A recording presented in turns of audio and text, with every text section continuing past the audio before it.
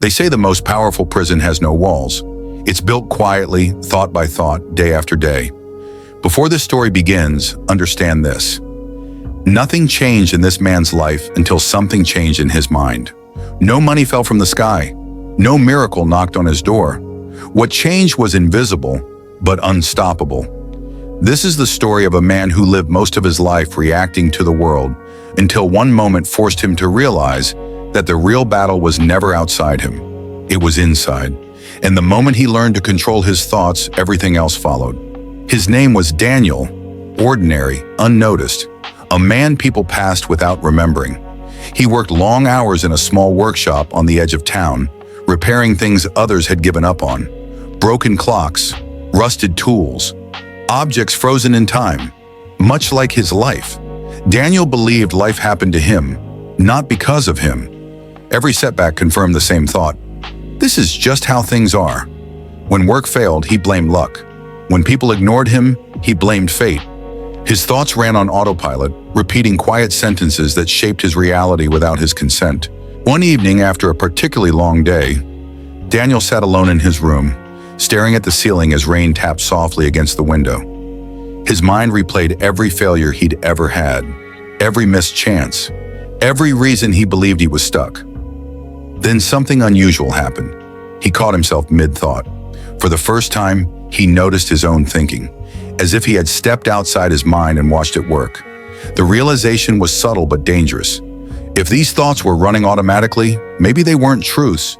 Maybe they were habits. The next morning, nothing looked different. The same streets, the same workbench, the same worn tools. But Daniel carried a quiet decision.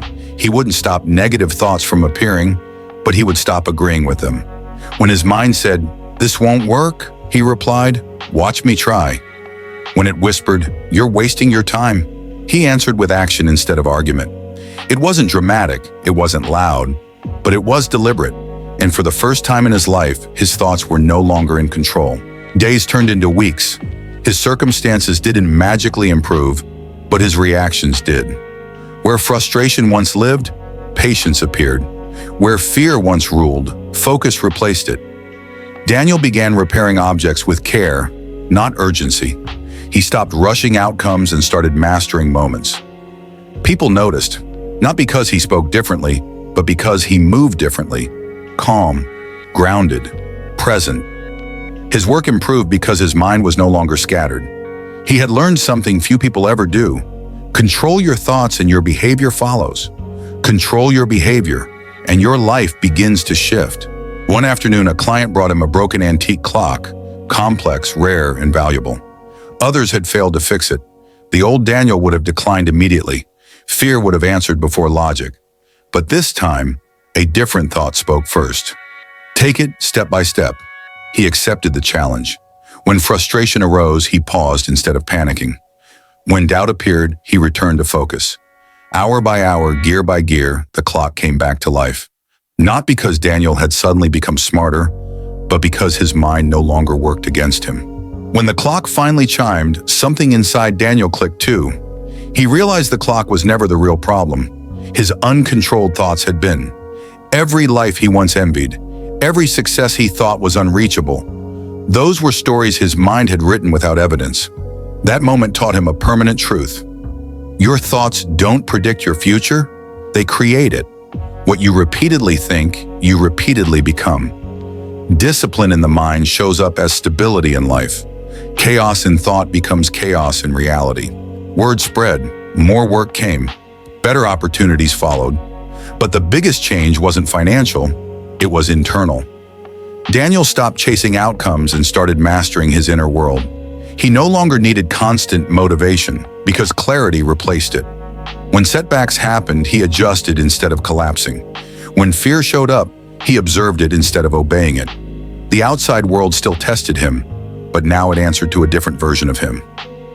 A man who understood that controlling thoughts doesn't mean eliminating negativity. It means choosing which thoughts deserve belief. Years later, Daniel trained an apprentice, not just in craft, but in mindset. He taught him how to pause before reacting, how to question negative assumptions, how to focus on what's controllable. Because Daniel knew something most people never learn. The mind is a tool, not a master. Left unchecked, it becomes a prison. Trained properly, it becomes a weapon. Success didn't come from talent alone. It came from thought discipline, practiced daily, quietly, consistently, when no one was watching. This is why the moment you control your thoughts, you control your life. Not because problems disappear, but because you change. And when you change, everything you touch changes with you. Your thoughts decide your actions. Your actions decide your habits. Your habits decide your future. The world doesn't reward wishes, it responds to focus. So if your life feels out of control, don't start outside. Start where it all begins, inside your mind. Because the moment you take control there, the rest will follow. If this story resonated with you, leave a like and subscribe for more. Until next time, keep moving forward.